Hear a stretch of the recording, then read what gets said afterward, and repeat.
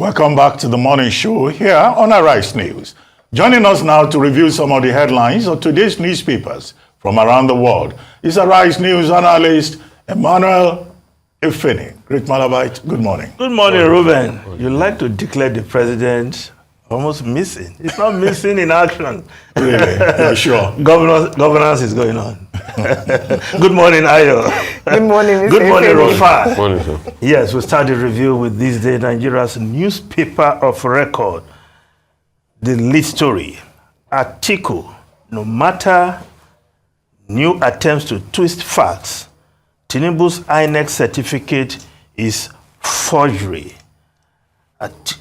Advises president to tread the path of honor by resigning. Alleges plan to gag media ahead of FBI's release of files.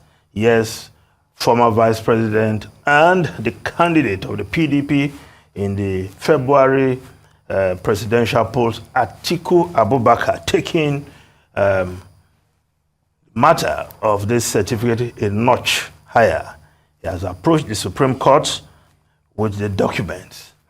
But will those documents be admitted by the Supreme Court? Will the Supreme Court be ready to accept new evidences? That is what lawyers will go and argue in court and collect their pay, as it were. All sides will be dealing with this issue, but Atiku Abubakar is insisting that what he has obtained after all the efforts, of course, he has to put those papers to use, and that's the next logical step which he has taken.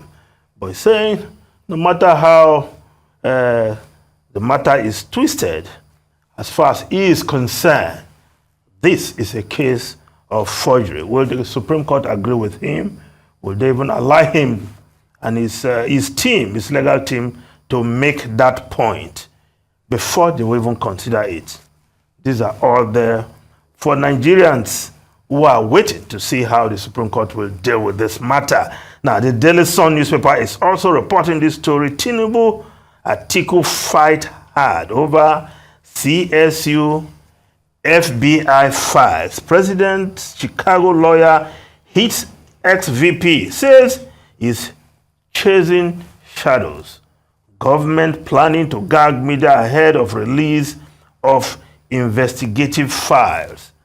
Atiku, well, I don't think that would be a thing to do or to attempt to gag the media, because the media will have a role to play.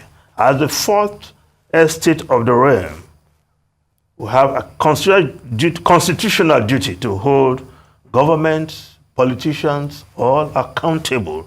And I'm sure the media will continue to do that job without fear of intimidation. And of course, one of the benefits of democracy, that's why we're not in a military regime, is that the press is free to fly like the bird, but we do so with responsibility, and we're up to the task of being all things. Yes. Now, let's look at the Vanguard newspaper. 107 senators, yes, urge caution. Rule of law as Keyamo Atiku disagree. Tinubu certificate controversy. 107 senators urge caution. Rule of law as Keyamo Atiku disagree. Tinubu is trying to hide many forgeries. Atiku. Why Atiku can't prove forgery against Tinubu Keyamo? We must exercise caution, observe principles of justice. Senators are insisting. Well, senators make law, but they should leave who determines justice, what is justice, to the Supreme Court, where this matter is being taken to. But again, like I said, is it too late in the day to bring these papers? As far as the Supreme Court is concerned, and this petition by Atiku Abubakar taking his claim to victory in the presidential election. Now, the Nigerian Tribune newspaper Again, INEC raises concern over insecurity in Imo, Kogi, Bayelsa. Yes, the news coming from these states, not cheery, because there have been violence here and there as the off-season election in these three states draw closer. But the security agencies, as usual, led by the police, must ensure that the people are able to come out and cast their votes for the next governor of their states, the governor of their choice, without intimidation. And that's the minimum we expect from the security agencies. But the rundown to this election itself, the kind of violence we see, the killings that happen in a number of these areas is mind-boggling. Enough to put off voters. But again, democracy must thrive, security agencies must do their job and ensure that there is a peaceful atmosphere on election day. Now, the New Telegraph newspaper 2023 polls aftermath, political cases causing congestion in courts. Lawyers are saying blame preference for such matters, want adjudication of political cases redefined. Yes, more of an election outcome being decided in the court. Almost every contestant wants to go to the court, and as such, the courts are bogged down. Judges have been moved across the country to form election petition tribunals across the country, various states across the country. Of course, regular cases will continue to suffer, but how do we get out of this kind of situation? Well, it's what all stakeholders must come together to see how we can make our elections less contentious. Now, the story, now we'll go to the Punch newspaper. The Punch newspaper, the Punch newspaper, Central Bank of Nigeria investigator probes banks over 1.27 trillion naira intervention fund. 1.27 trillion naira anchor borrowers loans, others undisbursed in 5 banks. Special investigator to summon banks CEOs over intervention fund. Now, below the photograph, the front page of the Punch, Sanwo-Olu orders demolition of markets built on drainage. Well, you will ask, where were the government officials when these markets were being built? But it's better to bring sanity back even after this has been done. And because this happens to be one of the reasons why you have a lot of flooding in many parts of Lagos. People blocking the drainage, building across drainage. So the regulatory authorities in charge of building must be alert, not waiting for people to block, you come and demolish. But the drainage must be cleared so that Lagosians can sleep easy when it rains anytime. Now, the Nation newspaper, federal government targets 5 million jobs in 5 years for youths. Better Edu scheme will be efficient. Ajakuta Steel to employ 500,000. Shetima firm 98% ready. Yeah, it's talking about Ajakuta, long-drawn construction of the Ajakuta Steel Mill. But now we're being told by the Vice President that that project is 98% ready. So will he be commissioned? Will that plant, Ajakuta Steel, roll out products very soon? But it will engage 500,000 Nigerians. And that would be good news if it were to happen now. Now, the Guardian newspaper, war in Middle East may spiral, push monthly petrol subsidy to 644.8 billion naira. Yes, subsidy is there, is back.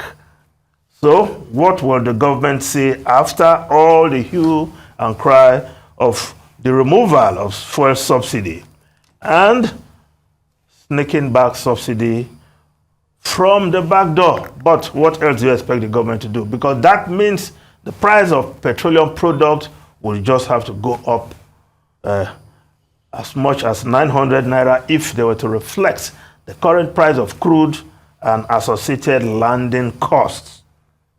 Now, the independent newspaper, the Daily Independent newspaper, technology, insider abuse, fraud enablers in banks. Yes, a number of fraud cases have been replete in our banks, and the report is saying technology, insider abuse, fraud enablers are in banks. Many persons have lost their deposits in banks as a result of the activities of fraudsters. Now, the Business Daily newspaper, Nigerians await a Bazi report on CBN, Tinubu's action. Now, the Abuja Inquirer, FCTA, resident tussle over beggar park construction. It distorts Abuja master plan residents. Not true. FCTA fires back. Now, the Leadership newspaper, 1,591 students, 61 core members abducted in 8 years. Experts call for surveillance cameras in schools. Terrorists kill 10, abduct many in fresh Zamfara attack.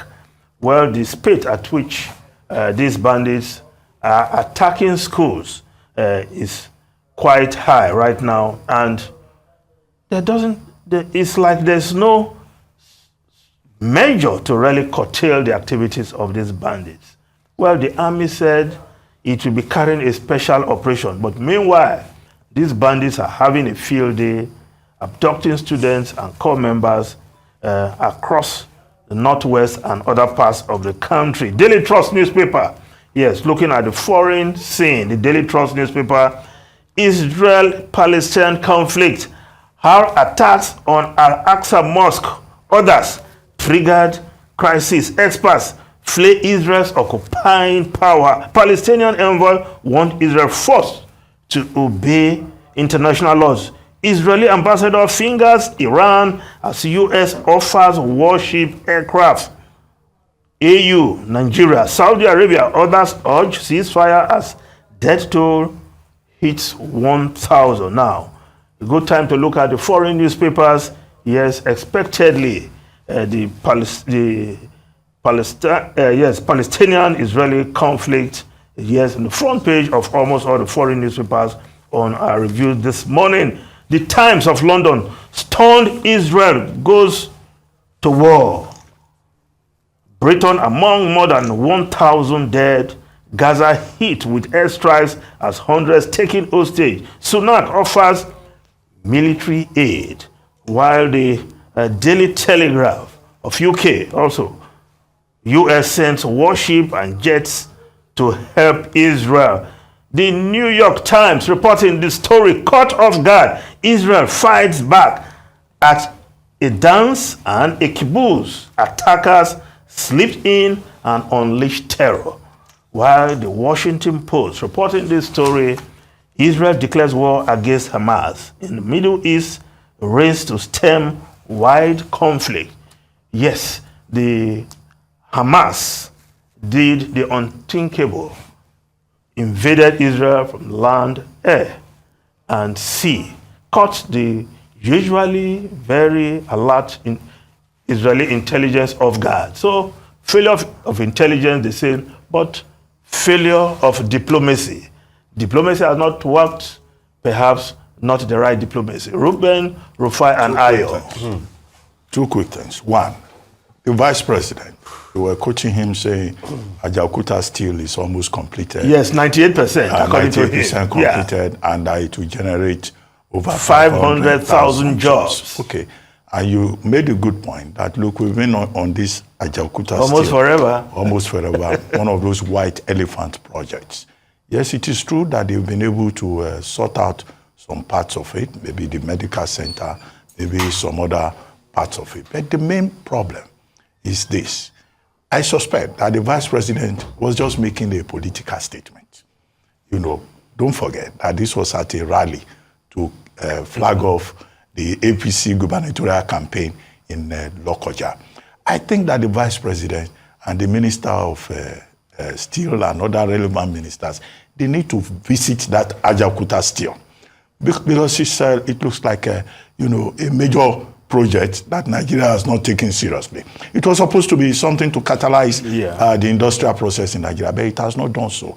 And also, he's talking about 98 completion. What have they done to the blast furnace in that place, which is the main thing? Now, the technology for that blast furnace, time has passed on it. It's supposed to use cooking coal and some other elements, but nobody uses that kind of technology again because of the emissions, which will pose a major problem to the environment.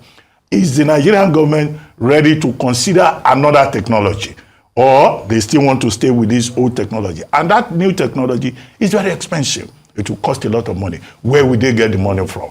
Two, in terms of location, that location of Ajaokuta Steel, urbanization has moved towards it. Even if they are going to use old technology, what of the threat to the environment? So I think it should move beyond political statements and try to visit and do a proper assessment. You don't create 500,000 jobs by just talking about it. That's very important. Doctor, just a second one, Jack, quickly. I think if they truly say the things they say and they claim, they should release the EIA of Ajaokuta, the Environmental Impact Assessment Report of Ajaokuta. Let's see it. And on Israel, it's a big humiliation for Israel, because Israel prides itself on its security, intelligence, ability to preempt any kind of attack across its borders. And now Hamas, 50 years to the day after the surprise attack by Egypt and Syria, has done a similar thing. And, Israel was caught flat-footed. Our fear is that there may be an escalation of the crisis. Now that Dave, the Hamas commander, is calling on the entire Arab world to face Israel. And Hamas is sworn to the destruction of Israel. And then Israel has been backed now by European countries, by the UK, and also the United States. And oil price has gone up. Yom Kippur again. By about 4%. 1973. Okay, so all of this will have implications for global peace and stability. And the UN Security Council is not likely to do anything, because Russia and China, they are backing Hamas. Yeah. Anyway, we'll see. Thank you very much, Emmanuel Efeanyi.